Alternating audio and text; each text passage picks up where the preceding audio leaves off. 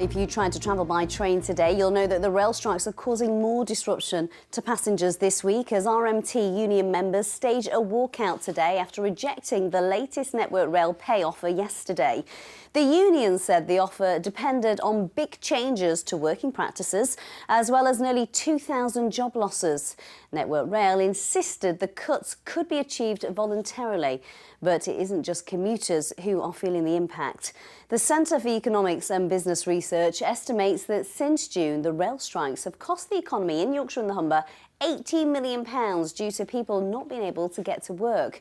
They also estimate that the cost of the rail industry in Yorkshire will be around £15 million. Over half of this is expected to be lost across December and January alone. Our business correspondent Spencer Stokes has been looking at the wider impact of the train strikes in our region. Next tonight, there are calls for urgent action to address the staffing shortages in the care sector. Health Watch North Yorkshire says the sector is in crisis and it's having a detrimental impact on the provision of care. Care homes are now looking to recruit more staff from overseas to fill the gaps, as Michelle Lyons has been finding out. We're talking now about the former Yorkshire cricketer Azeem Rafiq. He told MPs today that the only thing that has changed in the 13 months since he last gave evidence before them is that he and his family have been forced to leave the country. And she joins me now. What did Azeem have to say today, Tanya? Azeem Rafiq was appearing... Lord Patel, the chairman of Yorkshire, was also there today, wasn't he? What did he have to say on everything?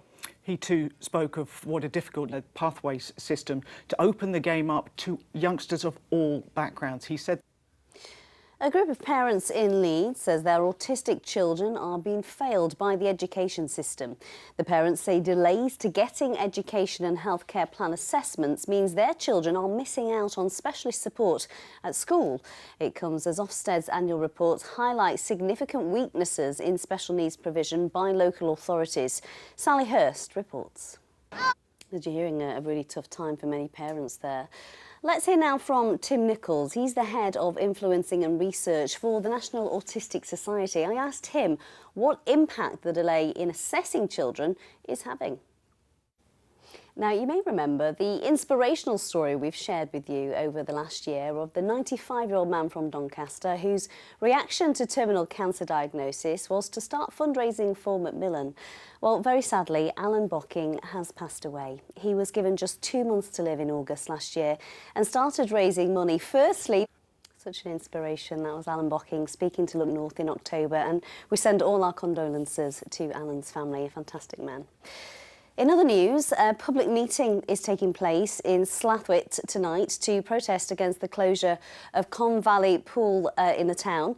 It's one of 3 swimming pools in Kirklees earmarked for closure at the end of the week until the end of March. The charitable trust which runs them is blaming spiralling energy costs.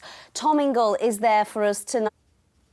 Now, it's been going for 90 years, but now an amateur film club in Bradford has become a global sensation. The Bradford movie makers meet once a week in a dilapidated building in Little Horton. A documentary about the club has been played in Australia, Canada, Israel and Norway, among other countries, and it's won several awards. And tonight it will be shown here on BBC4. It looks like my kind of documentary. Welcome to all of you. Kim, what attracted you to the club to do this documentary? Well, they'd been going 90 years and nobody had made a film about them. A Facebook post from Joe, who at that time was on his own, lonely, and he was lamenting how lonely he was. And I thought his post... 5 years of waiting for this success, Joe. Tell me, what attracted you to the film club in the early days? I think it was the fact that I wanted to be an actor, but... Now, do you know your quick steps from your cha-cha-cha? Well, the musical Strictly Ballroom is on tour around the country, and tonight it's in Sheffield. The Strictly Come Dancing champion Kevin Clifton stars as Scots Hastings. Amanda Harper went for a waltz across the dance floor. Crowds go around, woo! She's a natural, isn't she? Wonderful. Paul's here now with the latest forecast, and Christmas has finally arrived in the Look North studio. Right. Better late than never. It looks quite well, from afar. We've got some... that is the forecast. Last night we were talking, weren't we, about turning the electric off for 2 hours. We were. Liz, Michael's been in touch. He said his fuse was off. He was watching us on his mobile phone. Dedicated viewer, that's it. Good night.